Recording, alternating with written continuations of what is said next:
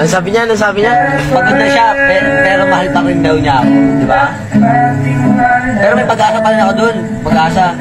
Nabuhay na ng pag-asa kasi sinabi niyang mahal pa daw niya ako.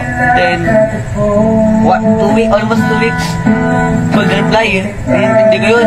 Kasi sabi ko, alam ko pagod na to. Sawalan to kasi ano eh, busy siya, tapos masakit pa.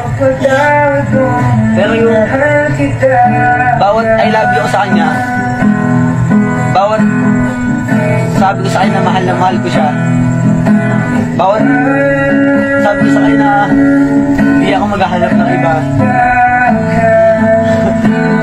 reply niya lang dito, ganun din ako, mahal kita kaso pagod na ako, diba? Ganyan siya eh. Kung kailan ka na din seryoso, doon ka naman niloloko. Tsaka kung kailan ka naman nagmatitipatino, doon ka ginagago. Yeah. Ipahinga mo lang yan, ipahinga mo lang.